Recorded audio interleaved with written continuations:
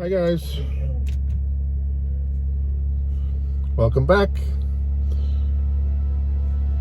So I'm here in my vehicle and I thought I'd make a video today. I haven't made one in a little while because I don't really have any content. I've been busy doing some stuff that's kind of not really,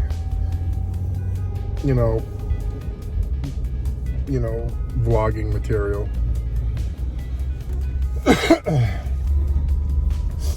And I'm hoping that Lynn's gonna get her visa soon. I'm kind of optimistic about it. So I thought I'd make this video today on a subject that I just kind of picked. I kind of looked around online and I said, what can I talk about? What can I bring to the table here? Because, if you know me, I don't really do, advice vlogs, because I'm not one you to take advice from. That's for sure. But, considering the situation, I said, well, let me make a video about some of my experiences in the Philippines. Because maybe there's some people out there who were in my position like 4 years ago, and they're thinking about maybe going to the Philippines or doing something over there.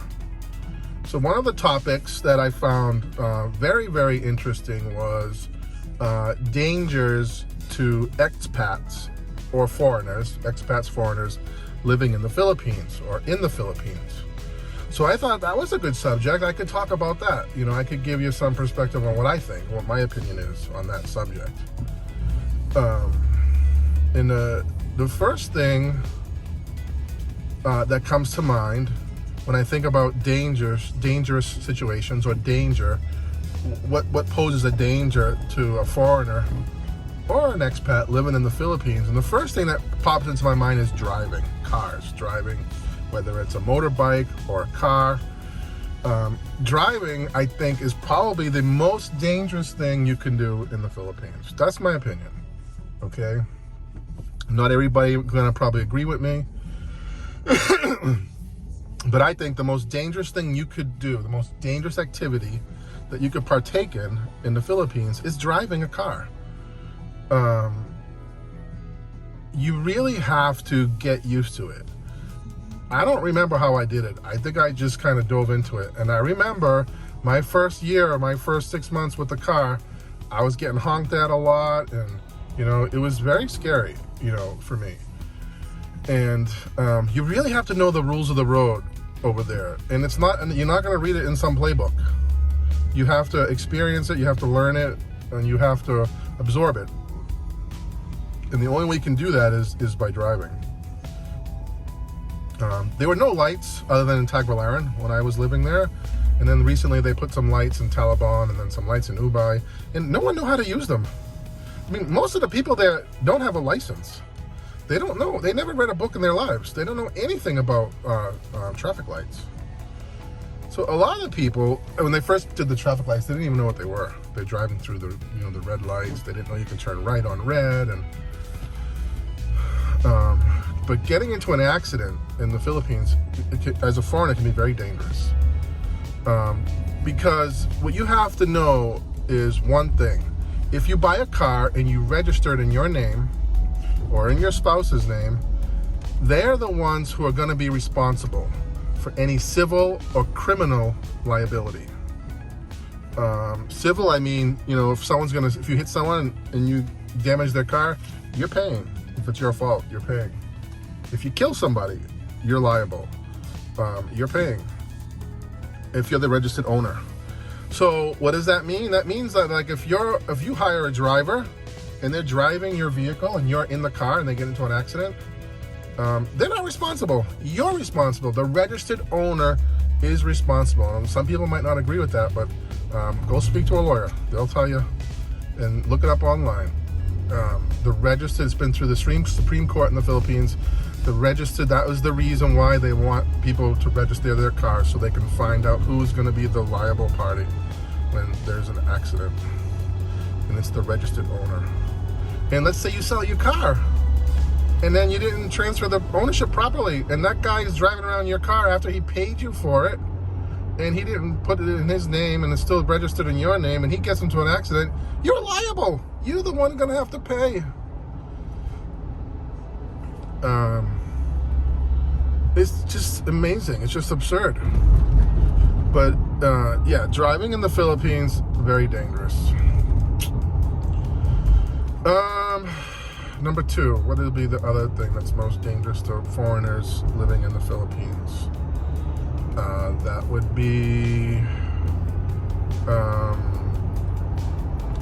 I would think that drinking, alcohol with other Filipinos, going to be the next most dangerous thing you could do. Now, it's kind of laughable, but it's very, very true. I read a couple of things in the past, years ago, about some situations that foreigners have gotten themselves into. And one of the things I read was this guy who was in a bar. I don't know what island, I just know it wasn't Bohol. He was in a bar, and I'm gonna go for a walk, get a little exercise over here at the reservation. But I want to finish this video. I don't like talking out in the wind. If it's windy, you can't really hear me. So I'm gonna park right here. The sun behind me. Ooh, that's not good. Okay. So the other thing, I look awful today. My face is a little swollen. I had pizza last night. There goes my diet. Just one day, and that's it. My hair, I need a haircut. I overslept because I didn't feel good last night. But okay, so the second thing is the drinking.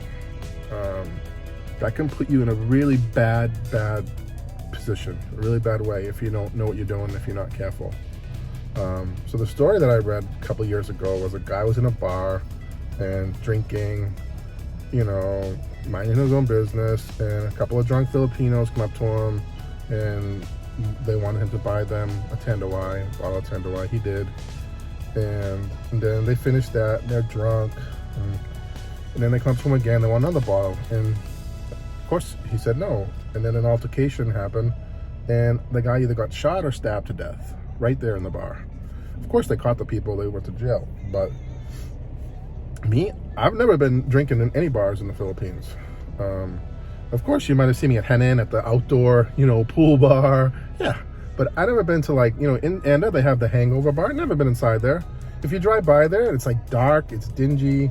There's a lot of foreigners in there, all drinking with Filipinos and Filipinas, and it's not a good scene, at least for me.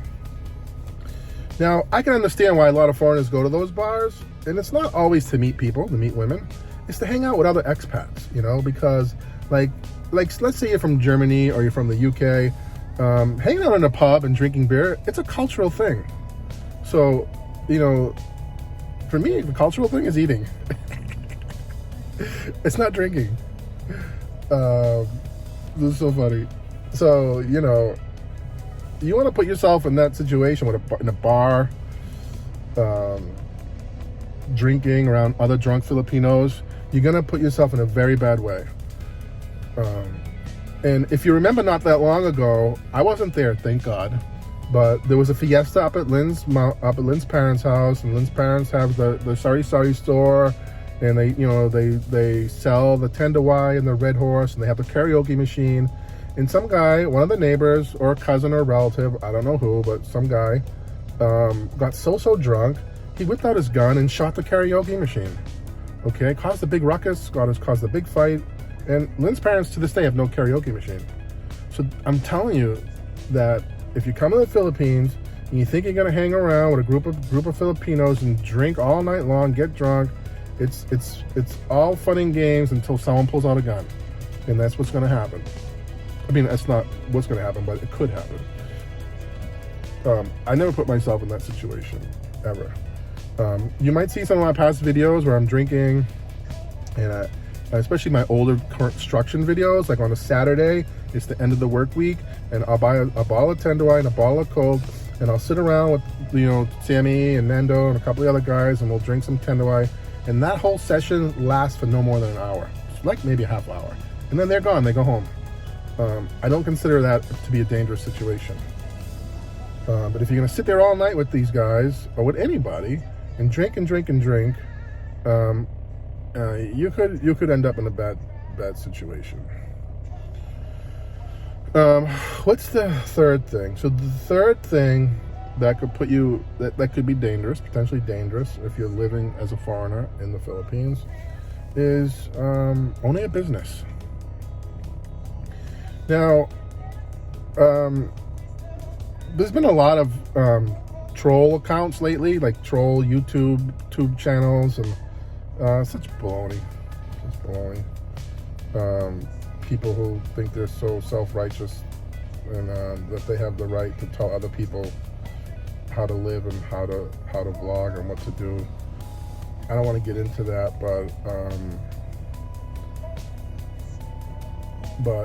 I'm talking about that because, but if I read someone's comments, which I have in the past, and I find a lot of the comments disturbing, that there can actually be people out there with this mentality, that if you're a foreigner and you come to the Philippines and you don't have like $1 million in the bank, then you have no right going over there.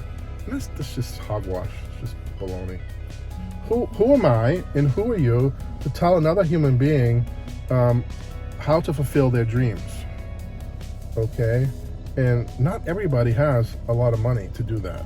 And so you scrape off enough money to maybe start a new life, and you go over there because you want to live a little bit more of a free, relaxing, simple life, but you don't have enough money. So what do you got to do? You got to work. Now, of course, you have to do it the right way. You have to get permits and stuff like that. I'm not saying to break the law, but there's no reason why a foreigner can't go to the Philippines, get married, get the necessary visas and permits to open a business and work. Nothing wrong with that. And you end up providing a lot of jobs for local people. But opening a business and having a business entity in the Philippines can bring its own set of challenges and dangers. And another article I read years ago was a foreigner who had a trucking business. You know, he had like a lot of those big trucks where you haul dirt and gravel and rocks. Had a lot of trucks, big business. And I guess another company or another individual owed him a lot of money for the leasing of one of the trucks or some of the trucks. And the guy didn't have the money to pay him. So what did he do? He shot him, killed him. But he ended up killing his whole family, his wife, his child, everybody, because that's who was with him at the time when they shot him. So you have to be careful. You do have to be very careful.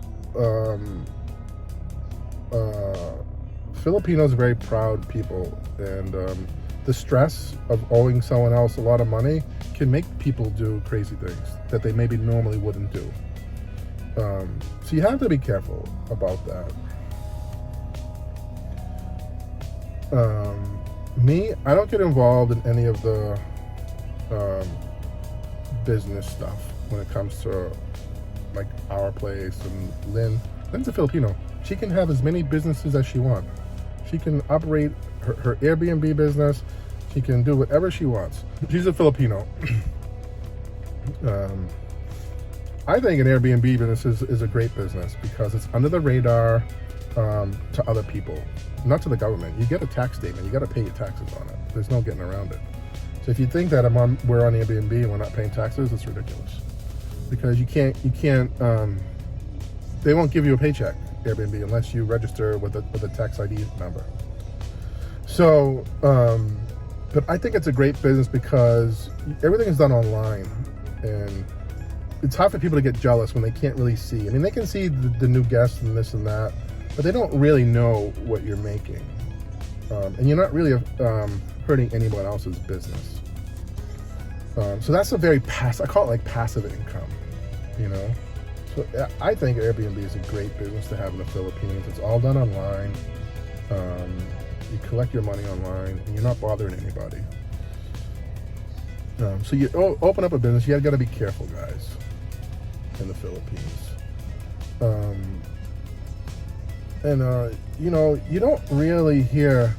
I mean, Filipinos, they're not violent people, and but you do hear from time to time a foreigner got killed, a foreigner got shot, and I know it wasn't that long ago in Bohol, a retired army guy got shot, I think in Baclayon or in Maribahog, I forget where, but he was you know, married, living there probably for years. I don't know how many years, but it was a long time.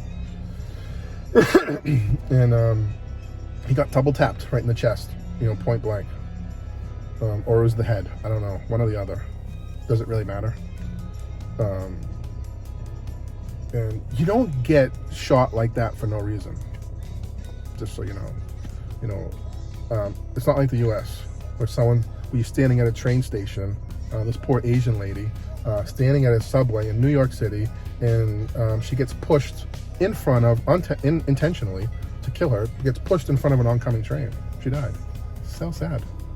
I don't know what this world is coming to.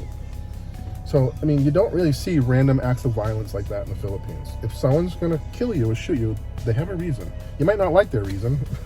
It might not be a good reason, but it's not just because they were driving by and they decided to pull a gun on you. No. You know, and of course the animals, the snakes, you can get bit by a cobra, but I haven't heard of any foreigners dying of a cobra bite. I'm sure there are.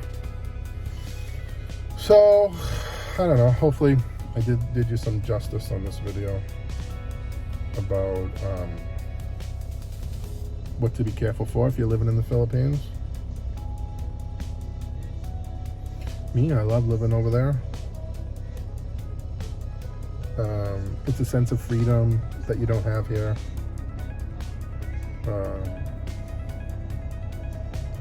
And just so you know, I mean, there's a budget for every person for the Philippines. If you want to live on $800 a month, you can do it. Some people, they can't live on less than $2,000 a month or $3,000 a month. It really depends, you know. My place, I have 3 buildings. Our biggest expense is the electric bill. I mean, just to go to show you, like, we didn't even have any power for how long?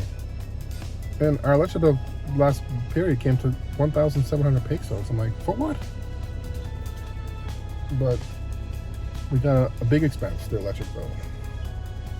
So if you want to have a place like mine, that's, you know, a big place, lots of buildings, you know, you're gonna have lots of overhead, lots of expenses. Sammy's cousin is married to a foreigner. He lives down the road. He lives in a bahay kubo, bamboo house. It's not like a kubo, but it's a house, but it's all made of bamboo. There's no air conditioning, but he has a nice pool. So, you know, I'm sure his expenses are a tiny fraction of what mine are. So you can do it. You can go there, live cheap if you want. I mean, I don't live extravagant over there. I really don't. But I like to go out once in a while, have a dinner, have a nice meal. You need gas. You need money for gas for your car. You know, you need money to go out. And it's not a daily thing or even a weekly thing, but, you know, once or twice a month, you'd like to go out for entertainment. And of course, things pop up around the house that need fixing or repairing. And then, of course, medical. Anyways, I'm going to end the video here because I'm getting off this topic. I hope you found this video interesting. I don't know. I don't really do these kinds of things, but it's the best I can do for right now. Thanks for watching. See you guys.